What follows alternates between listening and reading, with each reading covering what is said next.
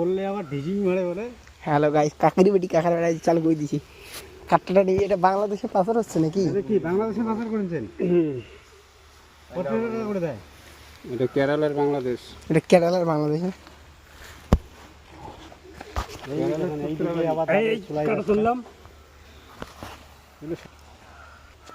একটা মাল কয় টাকা দেয়? 20 টাকা। হ্যালো গাইস, এই যে দেখতেছেন মোবাইলটা রাখছি এখানে পকেটে, তো তোমাদের জন্য। এই যে এখনো 9টা বাজে নাই, দেখো সকাল থেকে কতক্ষণ ধরে কাজ করতেছি, তাও 9টা বাজছে না। আকাশটা পুরো ড্যাম, দেখো দেখতে থাকো।